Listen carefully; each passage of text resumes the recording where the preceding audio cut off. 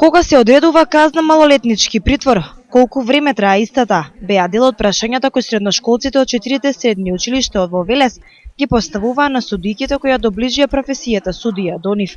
Заинтересирано ја разгледаат зградата и внимателно слушаа кои се ингеренциите на судот. 25 октомври е Европски ден на граѓанската правда и за таа цел, со оглед да се одбележува во сите европски држави, се одбележува и во Република Македонија. Денеска беа поканети ученици од средните училишта во Велес да дојдат и да се запознаат со работењето на судот, со премата на судот, со изгледот на Основниот суд Велес. Посета извршија деца од сите 4 основни и средни училишта во Велес.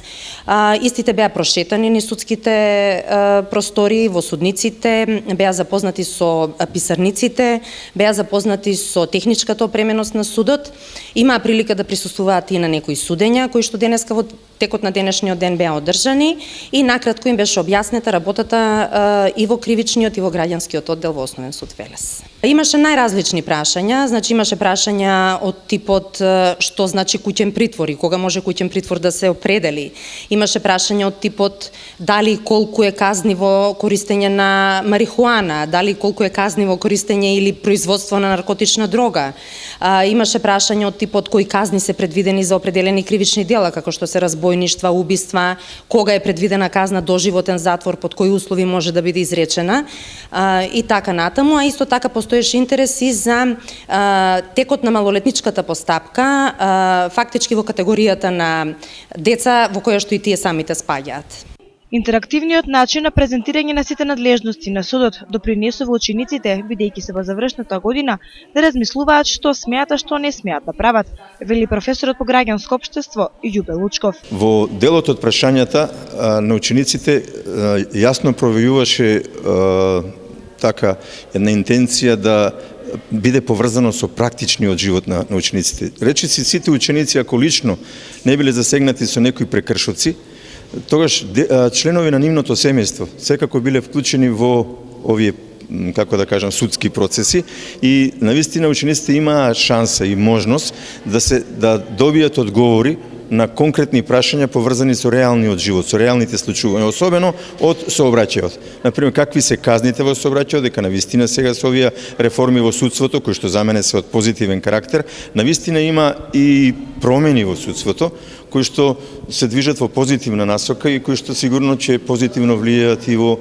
натамошниот развој, општински развој на Република Македонија. Интересно беше овде, го разгледавме судот, слушнавме и прашавме се што не интересира, велат учениците. Најинтересното за нас беше тоа што судиите ни кажуваа за нивните случаеви, како они се справуваат со тие случаеви и сето друго останато кажано од страна на судиите.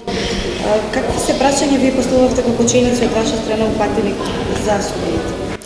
Од различна област, например, каков е домашниот притвор, колку се големи казните за некои помали кривични дела и слично. Прво и основно, значи, беа судниците пред се, каде што имавме шанса да се запознаеме со судиите, со правилата, кодексите во судницата, потоа минималните казни по кривичната постапка и така натаму. Имаше многу корисни работи кои што ги слушнавме денеска, пред се некои работи што треба да ги практикуваме и работи кои што не би требало да ги практикуваме за да не се најдеме како обвинети во овие простори. Интерактивниот начин на презентирање на судот со сите своји надлежности допринесува средните училишта да размислат за можна меѓусебна соработка со велешките судии во делот на предметите кои се поврзани со правниот систем во државата. Неофицијално Велес ТВ онлайн дозна дека засега таква соработка има само Средното економско училиште.